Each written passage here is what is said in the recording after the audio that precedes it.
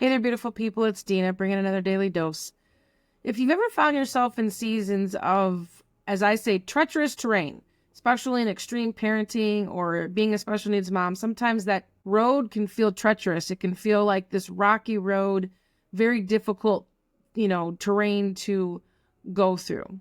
Okay. Sometimes it can almost feel like you're walking through just disarray everywhere all around you. So I want to use this as an example of a construction site or a remodel. If you've ever had to do that with your house, if you've ever been in a situation where you needed to rebuild something because something was broken down, or you needed to remodel something, or even let's say a trial came, like my husband and I had a house fire that devastated our house and we had to move out of our house for 8 months while they rebuilt everything. And we also, prior to that, we had an issue where there was water damage in our basement that had come in through the circuit box and blew all the electricity. So everything had to be rewired and rebuilt. And we lost everything in our basement because mold had grown. So the entire basement had to be stripped, purged, thrown out, and then scrubbed and rebuilt. So we've been through a flood and we've been through a fire, but we've also been through remodeling too.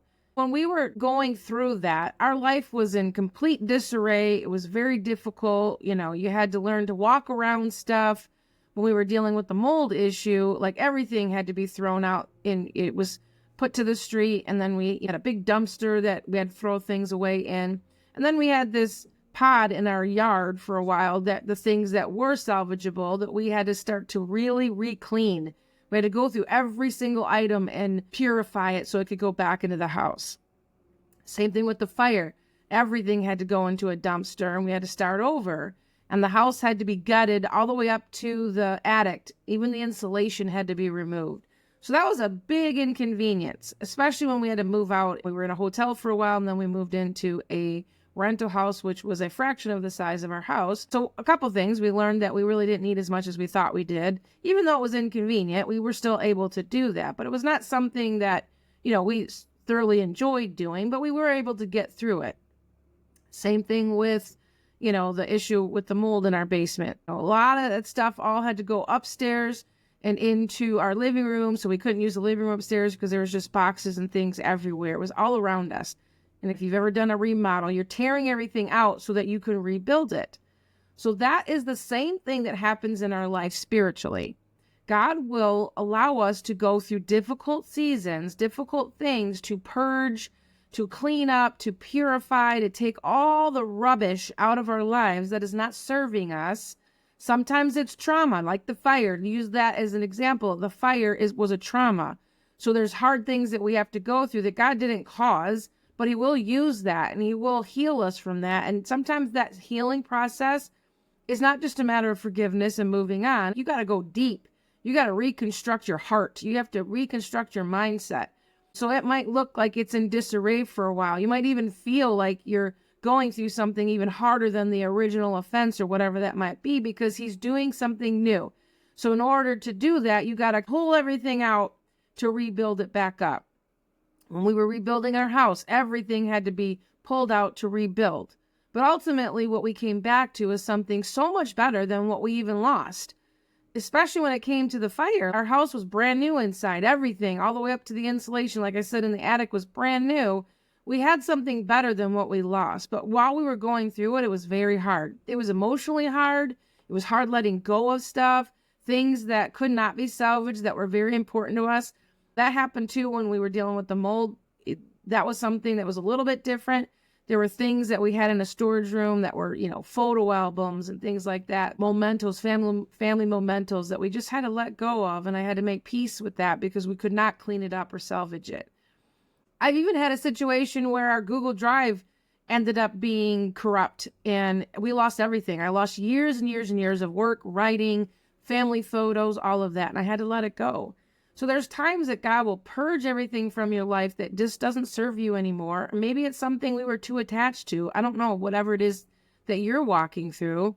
But I know that I've used those scenarios in my life to help me to understand that God will do that in our life, in our character, that he's always doing something new, that if there is something that is not serving us, he will do something new. He will take apart, strip you of whatever you have to go through. And there's so many situations I could tell you in my life where that had to happen.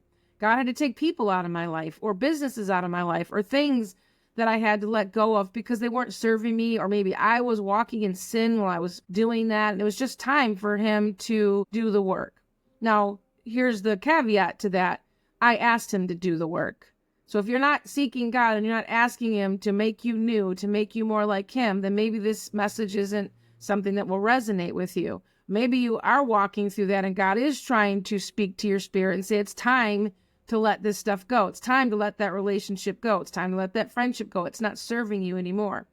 So even when we were going through the flood and the fire, we lost a lot of stuff, but there was also a freedom in that purging. We got rid of a lot of junk, honestly, that we didn't even need. There were certainly things that we lost that were precious to us, but mostly we downsized a lot. We didn't need all those things. A lot of those things were representing, memories that we didn't even need. So there was a newness to, moving back into our house with a lighter load of things that we had. And sometimes you got to go through that to get rid of your junk. Honestly, if we hadn't gone through those two things, we probably would still be overloaded with stuff we didn't need. So it's kind of the same thing with our character, things like that. There's mindsets, lies that we've believed, all of that has to be purged and gone through so that God can rebuild something new in you, so that you can have a newness, a refreshing to your spirit from things that were weighing you down, and the clutter of our minds, the clutter of our hearts. So it's like a remodel. You've got to be disrupted for a while. You've got to step over things. You've got to, live out of boxes, and not everything is exactly where you want it. And there's a lot of things that are missing. That's kind of what it's like when we're going through that character rebuilding. So there's a couple scriptures that I want to read that have really helped me when I was walking through some of the hardest seasons of my life as God was transforming my character, my mindset, my heart, the way I see people, exposing things that I was walking in that I had no idea that were not honoring to God or to my spouse or my family. And I had to really walk through some of that dark stuff so that God could show me something new.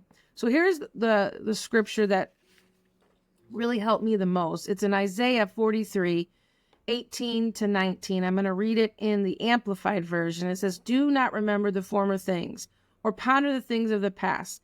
Listen carefully. I am about to do a new thing. Now it will spring forth. Will you not be aware of it?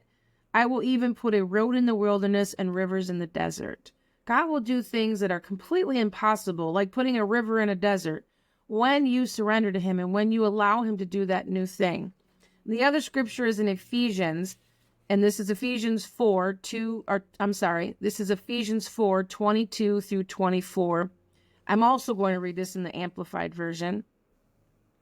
It says, "That regarding your previous way of life, you put off the old self, completely disregard your former nature, which is being corrupted through deceitful desires, and be continually renewed in the spirit of your mind, having a fresh, untarnished mental and spiritual attitude." That was so important to me. "And put on the new self, the regenerated, the renewed nature, created in God's image, godlike, in the righteousness and holiness of truth, living in a way that expresses to God your gratitude and your salvation."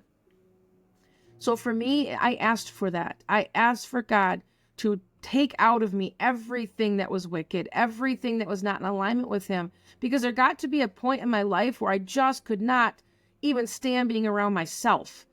And all I wanted to do was end my life. I didn't want to be around anymore because I couldn't break free from the negative thoughts. I couldn't break free from everything that I saw around me that I felt like was the problem. And God actually had to show me that 90% of that was me. 90% of that is something that I had to change. So most times, this is, kind of a side note here, but most times when you're dealing with somebody who's difficult in your life, it really has nothing to do with them. It has a lot more to do with you and your heart. Or let's say that the other person is doing something, and it's affecting you, because when we are not taking control of our own lives and being responsible for our behavior, it does affect other people. But they are going through something. There's something that God has to work out in them that really has nothing to do with you.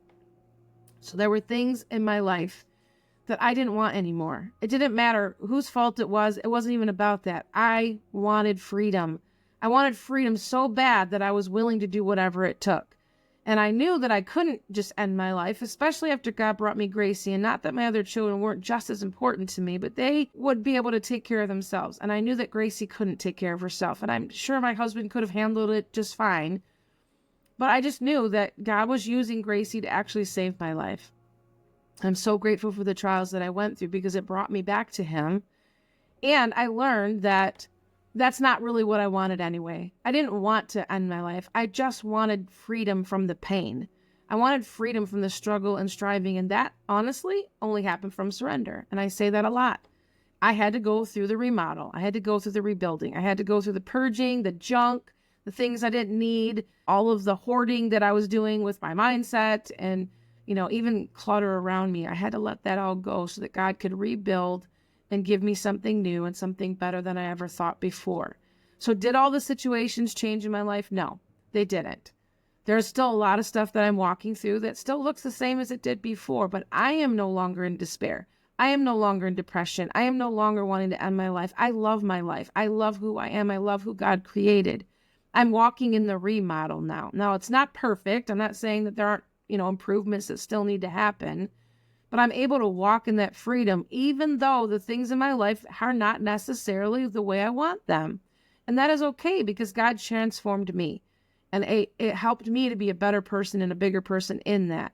And honestly, most of the things that I thought were negative things in my life were the way I was viewing them. And so I view them through a different lens now. I view them through the eyes of Christ because that's what I asked for. I asked him to remodel me and make me like him. And that's where I found freedom. That's where I found the peace that surpasses all understanding. That's how I'm able to walk through a difficult situation and not lose my peace and joy.